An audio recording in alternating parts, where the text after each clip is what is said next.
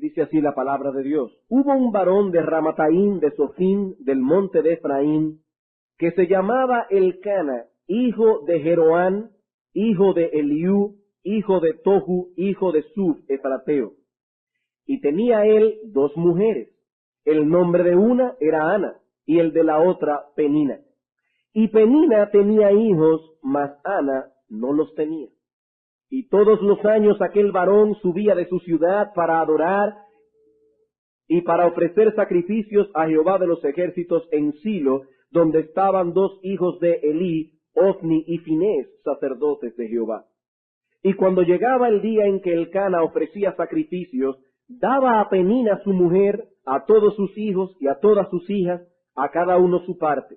Pero a Ana daba una parte escogida, porque amaba a Ana, aunque Jehová no le había concedido tener hijos.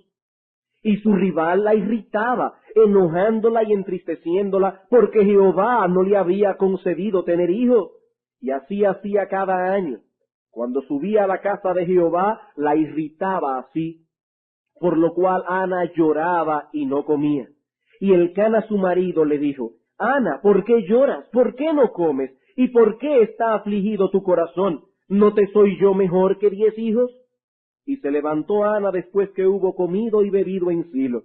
Y mientras el sacerdote Elí estaba sentado en una silla junto a un pilar del templo de Jehová, ella con amargura de alma oró a Jehová y lloró abundantemente.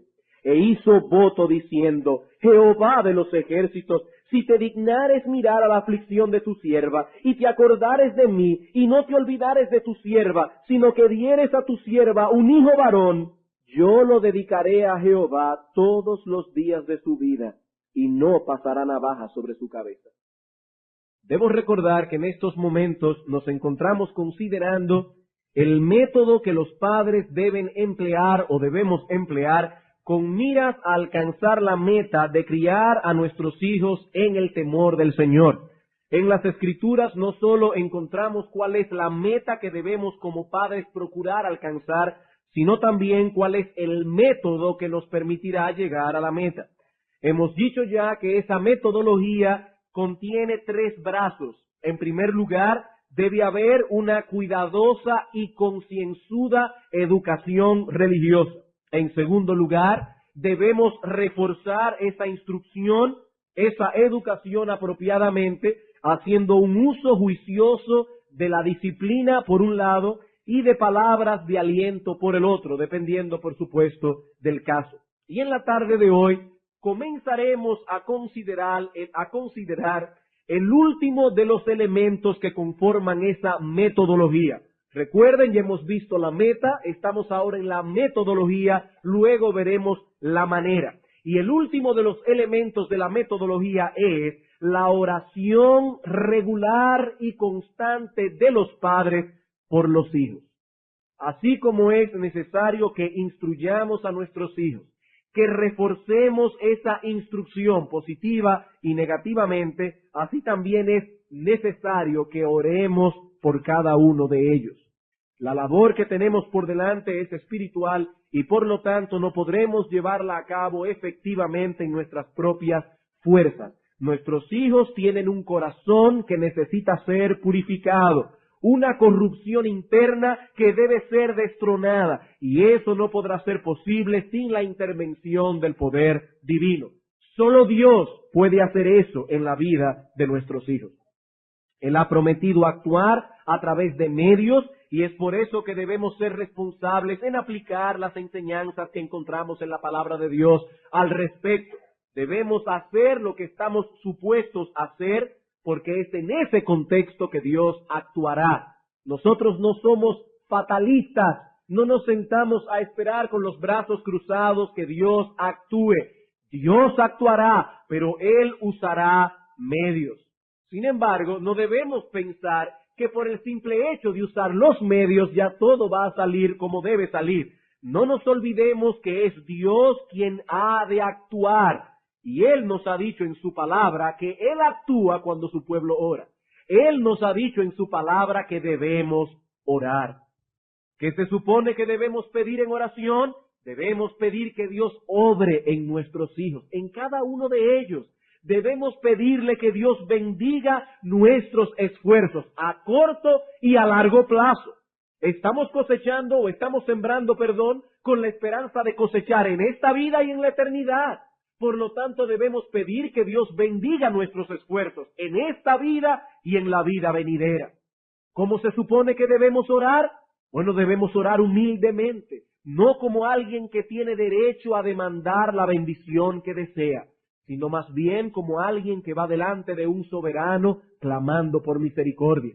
¿Cómo debemos orar? Debemos orar con expectación, no pesimistamente, sino creyendo que Dios es bueno y que Él responderá nuestra petición en el tiempo y en la manera en que Él lo crea conveniente.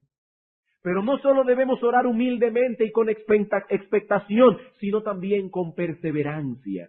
Es necesario que oremos sin desmayar, que nos mantengamos tocando la puerta hasta que Dios nos abra. Y finalmente debemos orar con un corazón sumiso, dispuestos a aceptar la voluntad de Dios, sea cual sea. A veces Dios responderá que sí, otras veces responderá que no, otras veces responderá que debemos esperar un poco, o mucho. Debemos orar con un corazón sumiso, Señor, sea cual sea tu voluntad. ¿Por qué se supone que debemos orar? Porque solo Dios puede bendecir tus esfuerzos. ¿Por qué orar? Porque estamos en las manos de Él, porque solo Él puede obrar poderosamente en el alma de nuestros hijos. Siguiendo el esquema general de la serie de sermones que nos ha servido de ayuda en estos mensajes, lo que vamos a hacer ahora es tomar algunas oraciones claves de las Escrituras que ilustran la forma como los padres piadosos deben orar por sus hijos. El apóstol Pablo nos dice en Romanos capítulo 15, versículo 4, que las cosas que antes se escribieron, las que se encuentran en el Antiguo Testamento, para nuestra enseñanza se escribieron, no para nuestra entretención, sino para nuestra enseñanza, para que podamos extraer de esas historias ciertas lecciones que nos ayuden en nuestra vida de piedad. Y nosotros comenzaremos hoy con la oración de Ana por Samuel. Seguiremos después con la oración de Abraham por Ismael, luego la oración de Mardoqueo por Esther, luego la oración de David por aquel hijo que tuvo con Betsabé, el cual enfermó de muerte, y finalmente la oración del mismo David por Absalón durante el tiempo de su rebeldía contra su padre. Estas oraciones bíblicas nos enseñarán a orar adecuadamente por nuestros hijos en las distintas etapas y circunstancias de sus vidas. ¿Cuáles son esas cosas por las que un padre cristiano debe orar de acuerdo a lo que aprendemos en esas oraciones? Bueno, en primer lugar, debemos orar por la concepción y el nacimiento de nuestros hijos, como veremos esta noche a través de la oración de Ana. En segundo lugar, debemos orar por la conversión, el crecimiento espiritual y la perseverancia de nuestros hijos, como oró Abraham por Ismael. En tercer lugar, debemos orar por el servicio que nuestros hijos pueden rendir a Cristo en su reino y por su utilidad en la iglesia de Dios. En cuarto lugar, debemos orar por la preservación de nuestros hijos de penalidades, dolor o muerte en medio de las aflicciones, enfermedades y peligros. Y finalmente, debemos orar que Dios frustre los planes y actividades pecaminosas de nuestros hijos, como David oró por Absalón. Obviamente, hermanos, no se asusten, no vamos a ver todo eso en el sermón de esta tarde. Probablemente vamos a tomar cada una de esas oraciones, cada una de esas lecciones, y la vamos a ver una a la vez. Hoy comenzaremos estudiando la responsabilidad que tenemos como padres de orar por la concepción y el nacimiento de nuestros hijos, tal como esta responsabilidad es ilustrada en la oración de Ana por Samuel.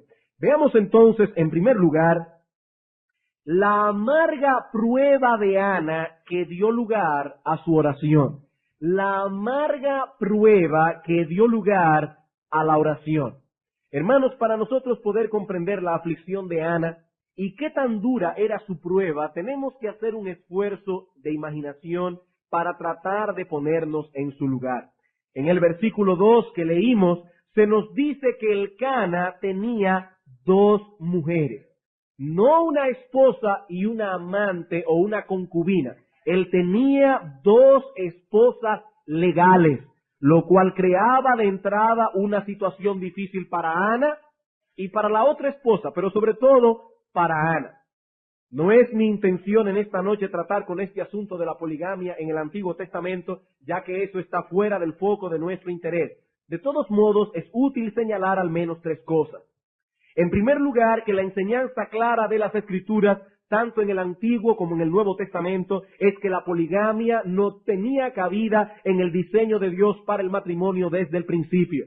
En Génesis capítulo 2, versículo 24 al 25, desde el mismo momento en que Dios creó el matrimonio, dice: por tanto dejará el hombre a su padre y a su madre y se unirá a su, no a sus, a su mujer, y los 2 serán una sola carne. Así que el diseño mismo del matrimonio excluye de paso la poligamia. Los 2 se vuelven una sola carne. Leemos en el libro de Proverbios, en el capítulo 5, los versículos 15 al 19, como el padre allí, Salomón, instruye a su hijo y le dice: hijo mío, bebe el agua de tu misma cisterna, los raudales de tu propio pozo, hablando del deleite que este muchacho debía derivar luego de su propia esposa. Así que el diseño original de Dios para el matrimonio fue que un hombre se casara con una sola mujer, la monogamia.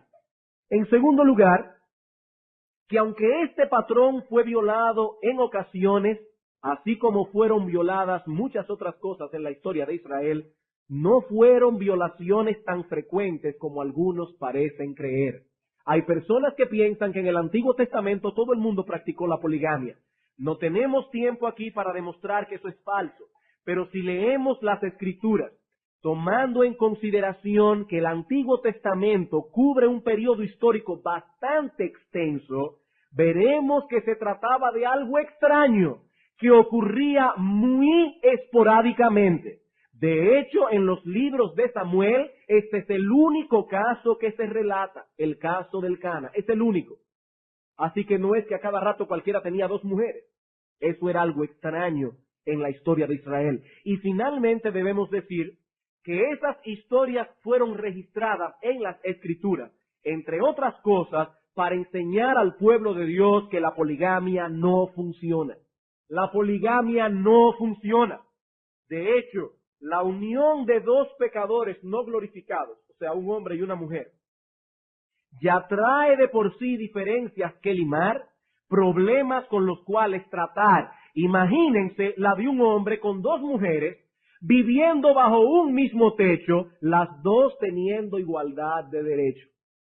Eso no solo es inmoral, eso es infuncional, eso no funciona, eso no es práctico, aparte de que es inmoral.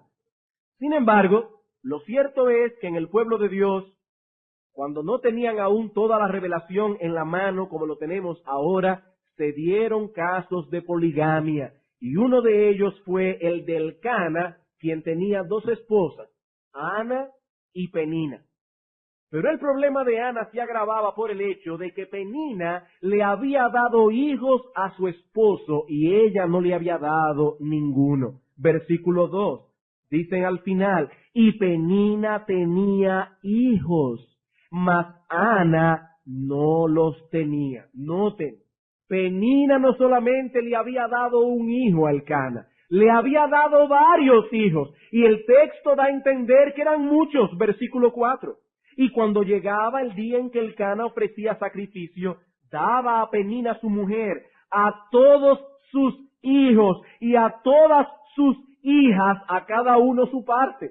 Penina era abundante teniendo hijos, probablemente tenía más de 6, dice hijos, y tenía hijas. Así que Ana tuvo que pasar varias veces por la amarga experiencia de ver a su rival embarazada. Y luego tener a esos muchachos correteando por la casa sabiendo que ninguno era de ella.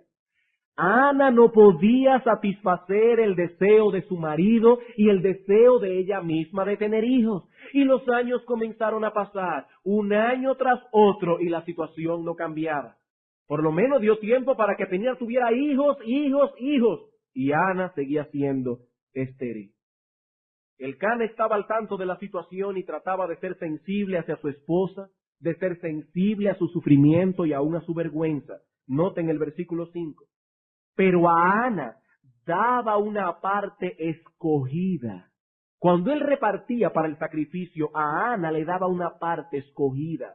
¿Por qué? Porque amaba a Ana, aunque Jehová no le había concedido tener hijos. Jehová no le había concedido tener hijos. Elcana amaba a Ana con un amor especial, a pesar de que ésta no le había dado hijos. Y por eso sacaba para ella una porción doble. Ahora bien, noten algo. El escritor de Primera de Samuel escribió este relato desde una posición teocéntrica. ¿Por qué Ana no había tenido hijos?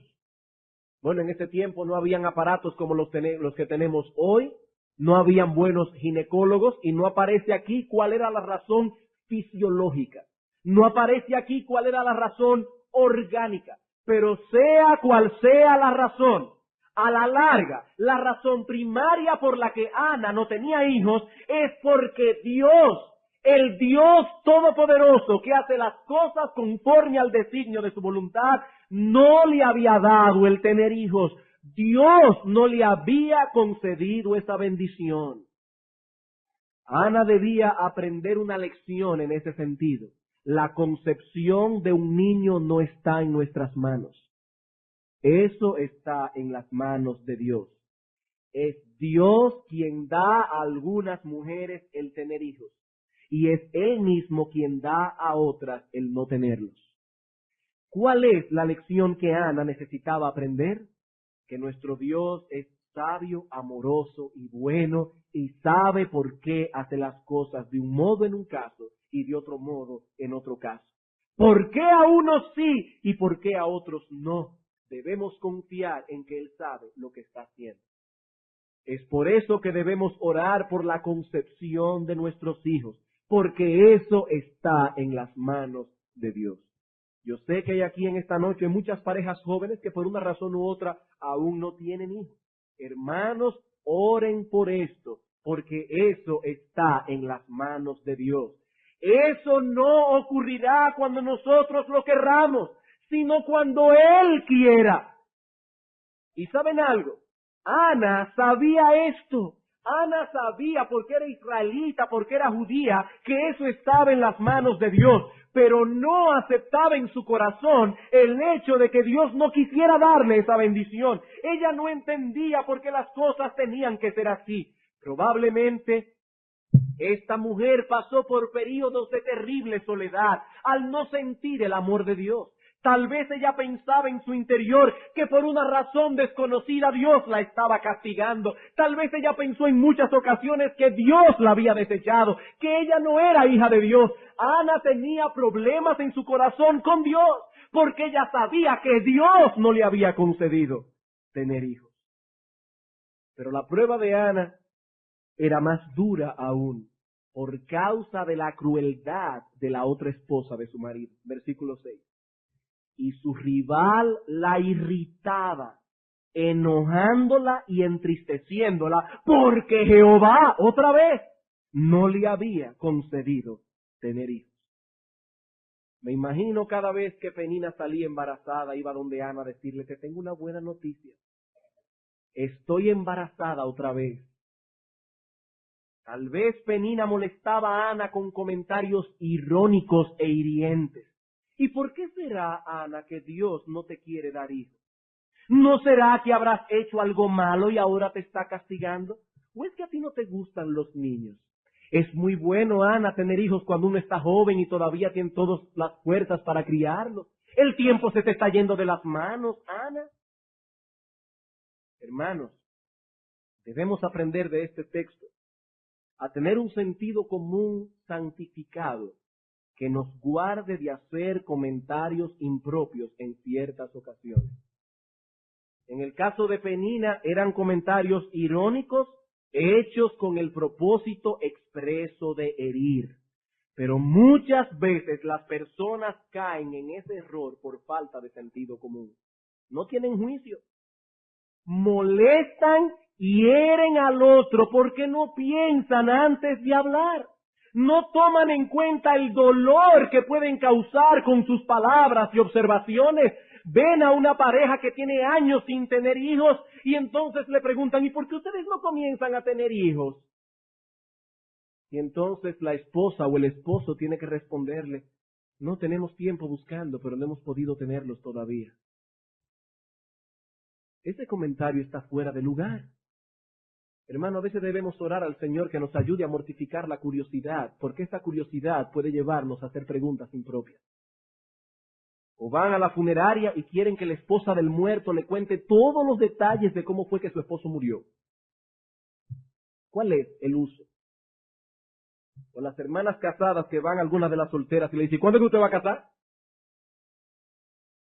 ¿Ustedes creen que esa hermana no quiere casar? Si no se ha casado es porque no ha podido todavía, ¿o qué quiere? ¿Que ponga un anuncio en el periódico o algo así? Hermanos, son comentarios que están fuera de lugar. Son comentarios que están fuera de lugar. Debemos orar a Dios que nos guarde de ser como Penina. Ya sea que lo hagamos de maldad, o ya sea que lo hagamos por falta de juicio. Pero volviendo a nuestra historia, el texto nos dice que esta prueba se prolongó por años y años. Versículo 7. Así hacía cada año. Cuando subía a la casa de Jehová, la irritaba así, por lo cual Ana lloraba y no comía. Hermanos, literalmente, Penina estaba acabando con la vida de su rival. Ana cayó finalmente en un estado de profunda depresión y eso también comenzó a causar tensión entre ella y su esposo, versículo 8. Y Elcana, su marido, le dijo, Ana, ¿por qué lloras? ¿Por qué no comes? ¿Y por qué está afligido tu corazón? ¿No te soy yo mejor que 10 hijos? Y yo no sé si el texto quiere darnos a entender que tal vez esa era la cantidad de hijos que tenía Penina. Hermanos, ¿cuál era el problema de Ana? Su problema no era con Penina. Su problema no era con su marido. A la larga, su problema era con Dios. 2 veces nos dice nuestro texto que Jehová no le había concedido hijos a Ana. ¿Cuándo terminaría su depresión? Cuando ella tomara la resolución de echar su carga y su ansiedad sobre el cuidado tierno y amoroso de Dios. Y eso fue lo que finalmente ocurrió, lo que nos lleva a nuestro segundo punto, la intensidad y el fervor de su oración. Ya vimos la amarga prueba que dio lugar a la oración. Veamos ahora la intensidad y el fervor de su oración. Versículo 10. Y ella con amargura de alma oró a Jehová y lloró abundantemente. Ella no se limitó a orar. Ella fue delante de Dios con toda su amargura. Y era tal su amargura que ella no podía hablar siquiera. Versículo 13. Pero Ana hablaba en su corazón y solamente se movían sus labios y su voz no se oía y Elí la tuvo por ebria. Solo movía sus labios, pero las palabras no podían salir de su boca. Era tal la amargura de corazón de esta mujer que tenía un tapón en su boca que no le permitía proferir palabras. Versículo 14. Entonces le dijo Elí, ¿hasta cuándo estarás ebria? Digiere tu vino. Y Ana le respondió diciendo, no, señor mío, yo soy una mujer atribulada de espíritu. No he bebido vino ni sidra, sino que he derramado mi alma delante de Jehová. Ana se sentía rechazada, inadecuada como mujer, porque no podía tener hijos. ¿Qué hizo ella? Derramó su alma delante de Dios. Versículo 16. No tengas a tu sierva por una mujer impía, porque por la magnitud de mis congojas y de mi aflicción he hablado hasta ahora. ¿Qué hizo Ana? Ella tomó su amargura, ella tomó su vergüenza, ella tomó su resentimiento y lo llevó todo delante del Señor.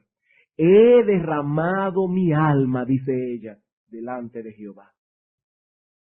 El trono de Dios era el único lugar a donde Ana podía acudir para encontrar alivio a su aflicción. Solo Dios podía aquietar su corazón atribulado. ¿Y qué fue lo que Ana oró al Señor en esta ocasión? ¿Qué fue lo que pidió? Bueno, esta pregunta nos lleva al corazón de este estudio. Y de paso a nuestro tercer encabezado. El asunto que Ana enfocó en su oración. El asunto que Ana enfocó en su oración. ¿Cuál fue la petición de Ana? Versículo 11.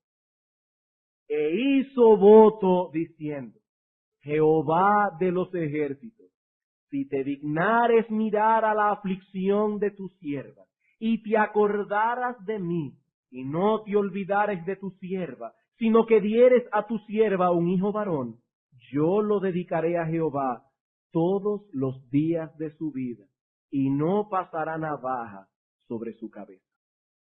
Hermanos, toda la historia, todo el pasaje gira en torno a este versículo. Ese es el centro de nuestra historia. ¿Qué fue lo que Ana oró? Dame un hijo, oh Dios, y si me lo concedes, te lo dedicaré a ti todos los días de su vida.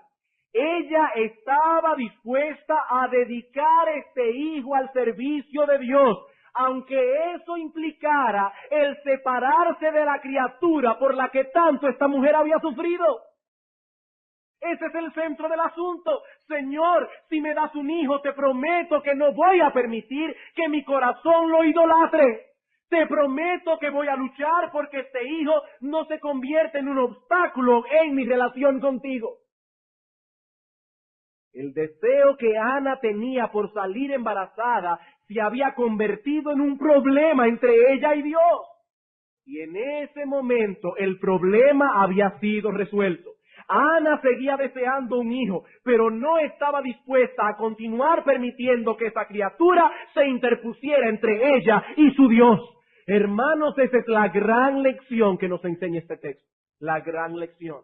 La actitud que Ana asumió finalmente es la que deben tener los padres piadosos hacia cada uno de sus hijos.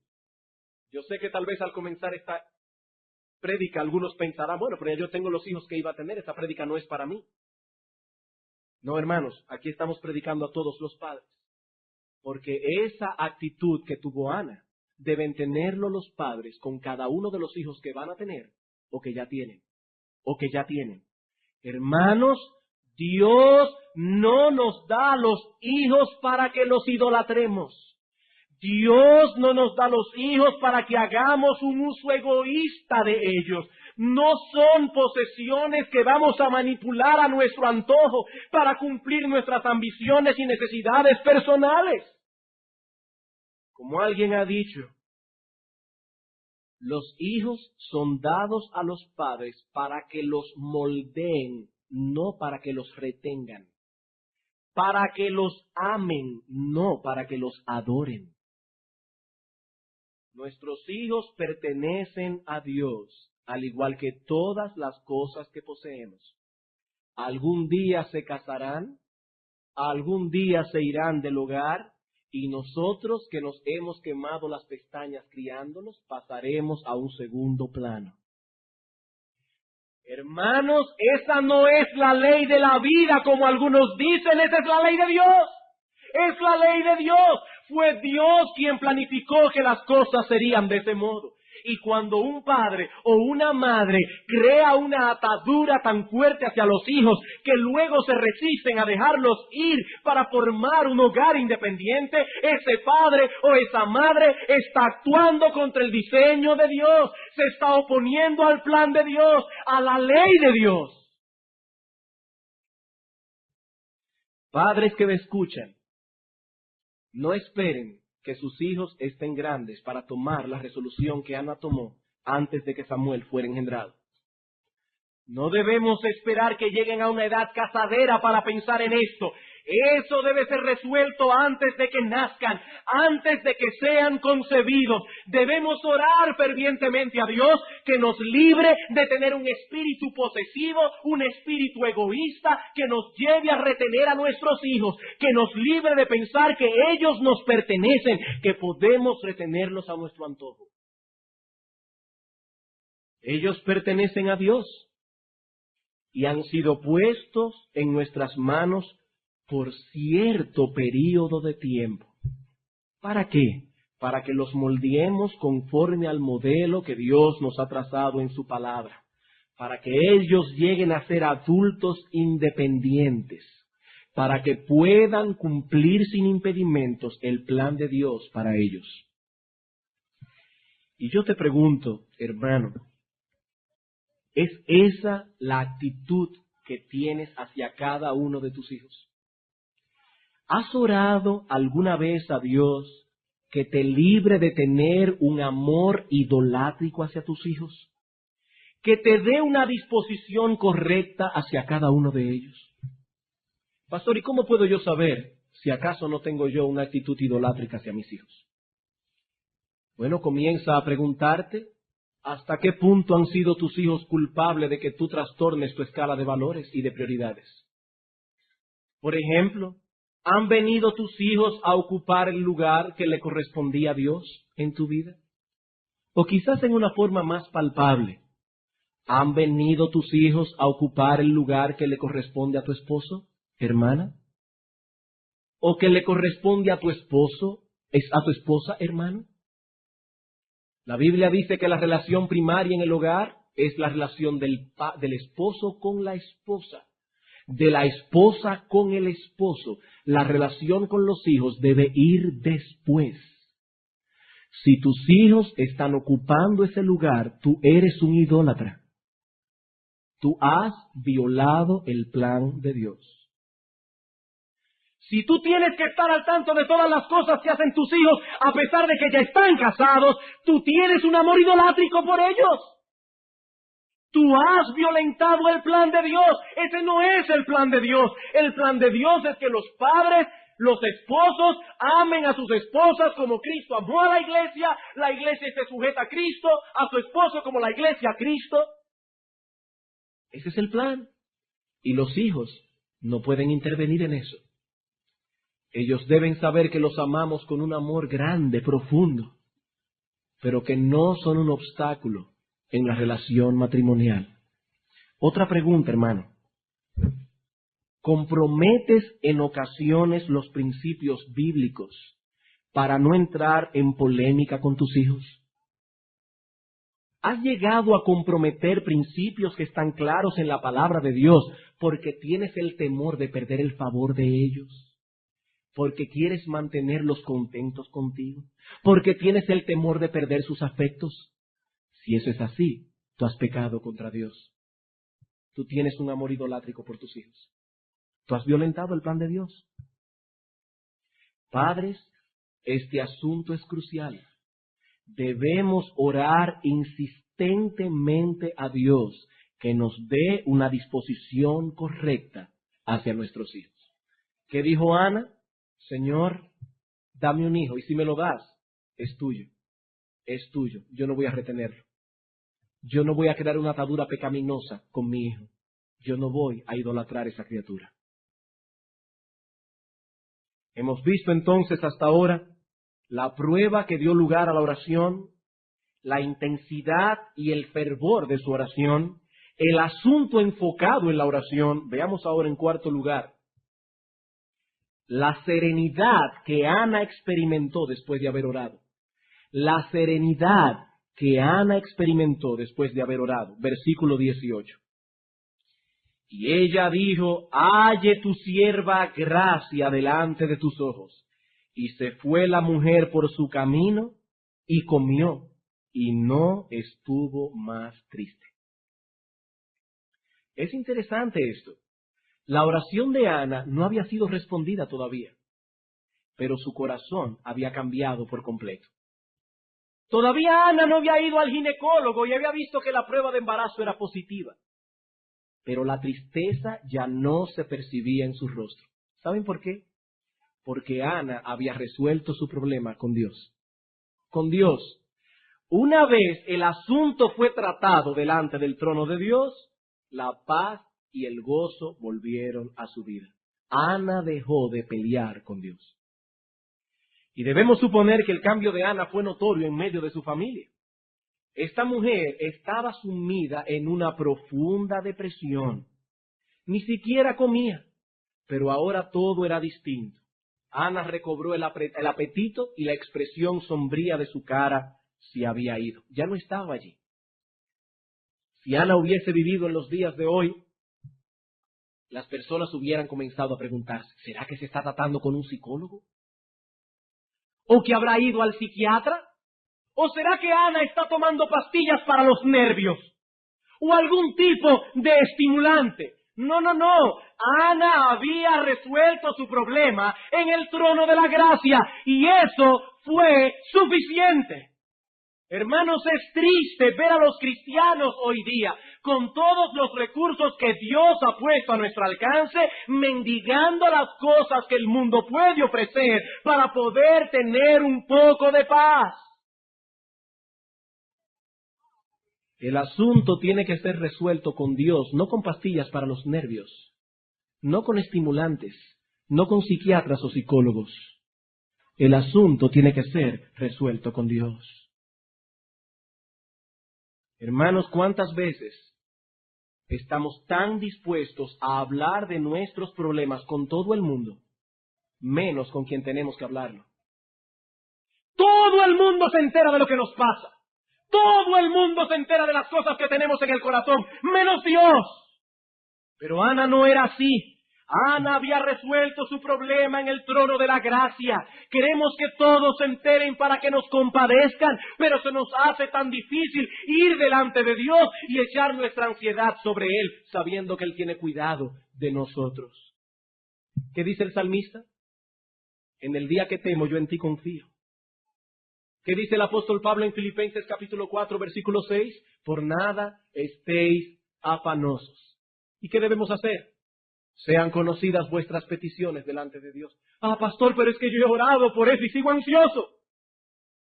Entonces no estás orando correctamente. No estás orando correctamente. Dice el apóstol Pablo ahí. Sean conocidas vuestras peticiones delante de Dios, primero con toda oración.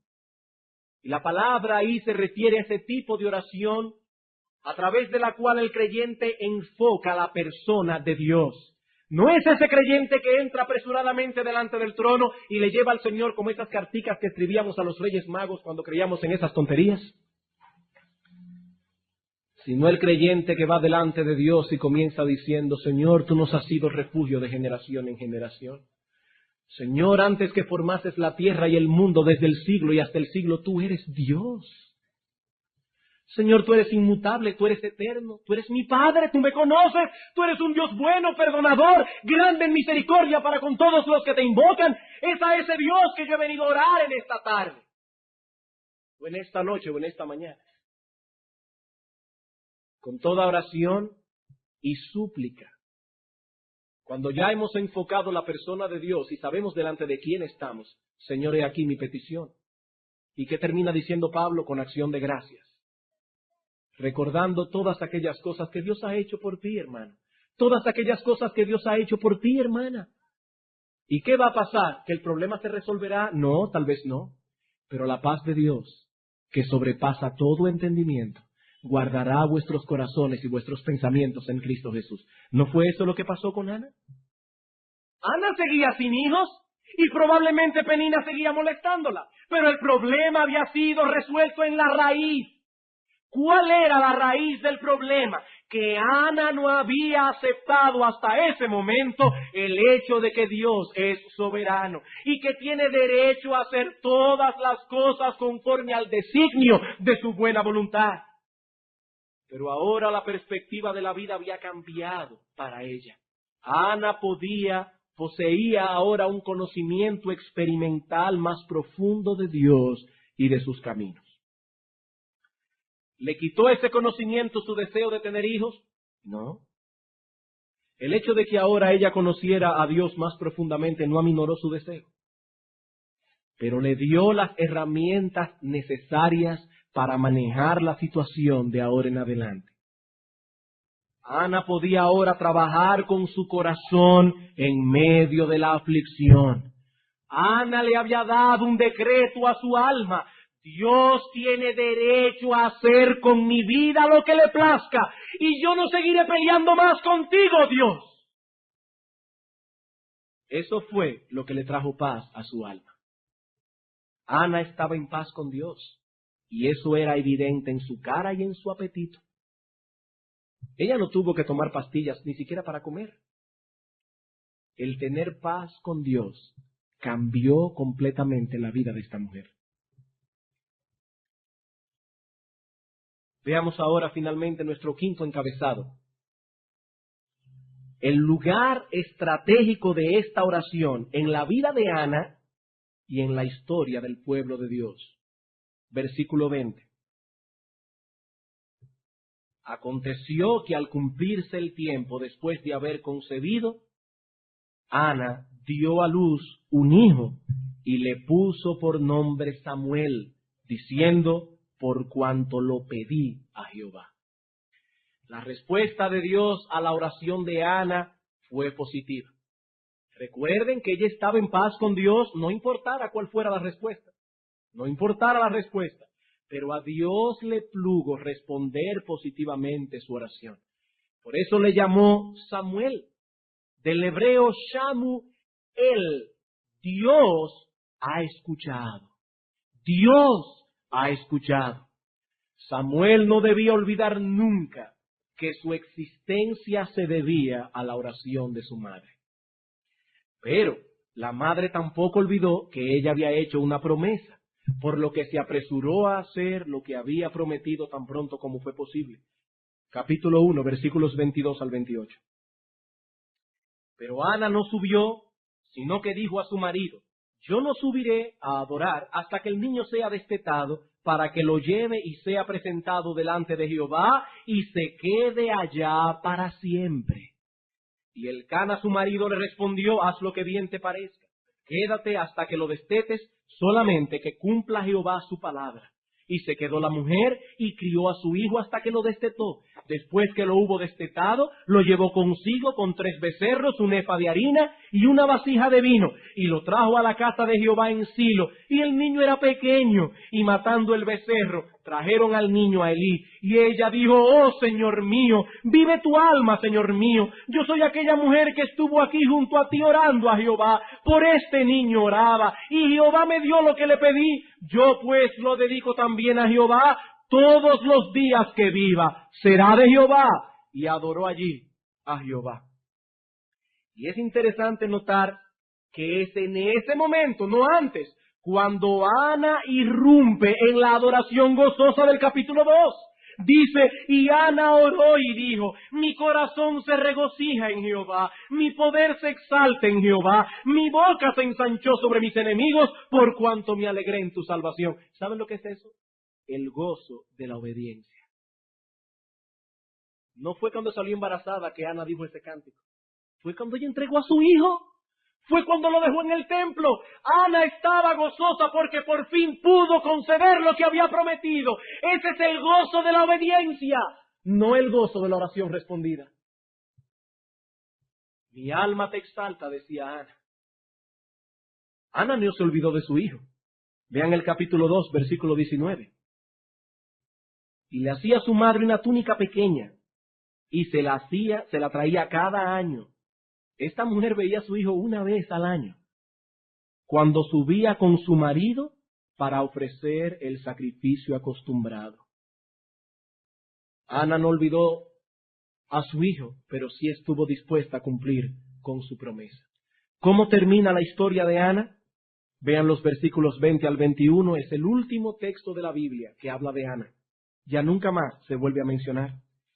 Dice: y Elí bendijo a Elcana y a su mujer diciendo: Jehová te dé hijos de esta mujer en lugar del que pidió a Jehová. Y se volvieron a su casa.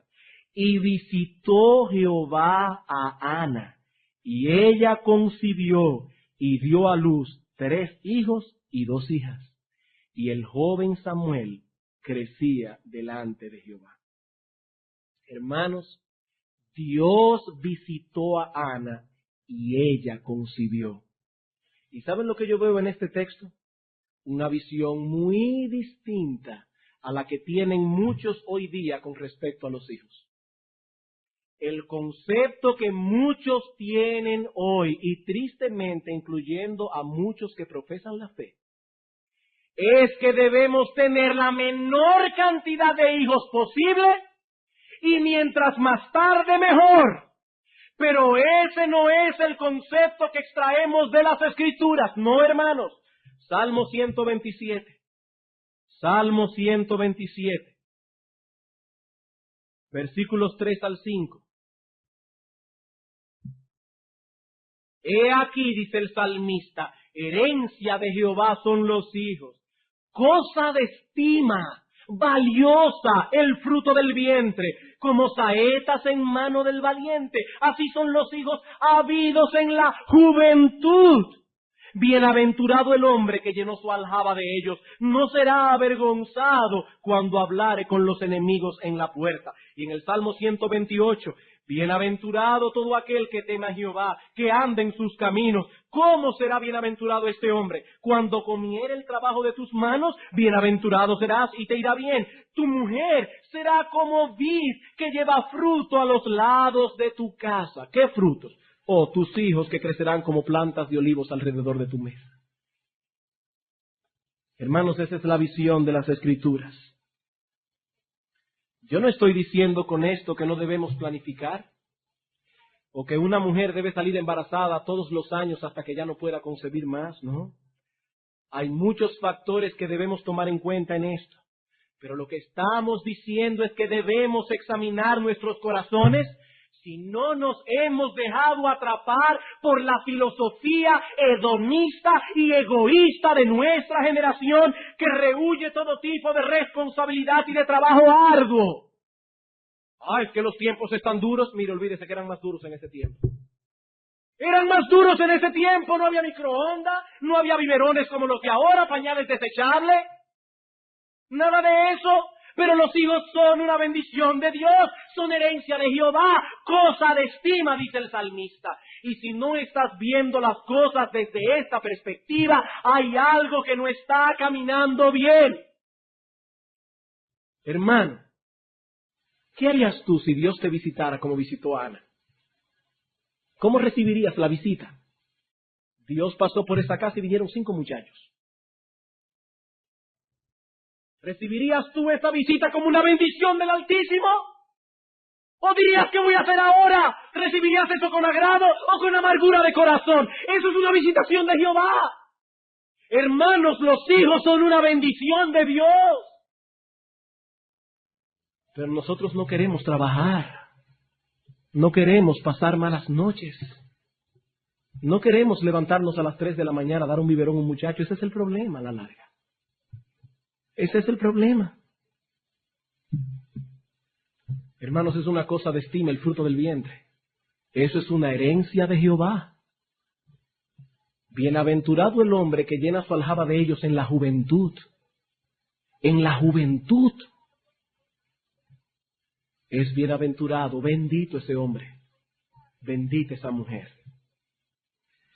Pero la oración de Ana y la disposición con que oró no solo cambió radicalmente la vida de esta mujer, sino que tuvo repercusiones en la vida y en la historia del pueblo de Dios. Del pueblo de Dios. Esa oración ocupa un lugar estratégico en el trato de Dios para con su pueblo. ¿Por qué? Fue a través de esa oración que Samuel vino al mundo. Fue a través del ministerio de Samuel que David fue ungido como rey de Israel. Y fue a través de David que Dios cumplió sus promesas concernientes al nacimiento de nuestro Señor Jesucristo.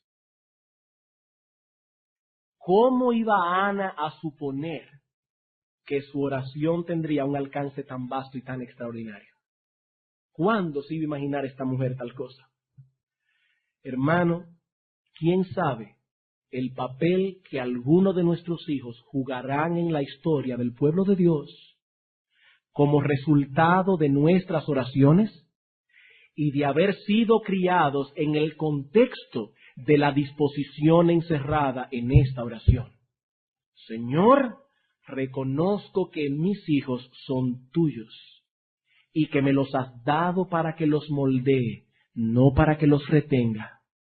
Me los has dado, Señor, para que los ame, no para que los adores. No para que los adore. ¿Quién sabe lo que Dios puede hacer con hijos criados en ese contexto de piedad? Hermanos, que el Señor nos ayude a desarrollar esa disposición que tuvo Ana al final para la gloria de Dios y el avance de su reino. Vamos a orar.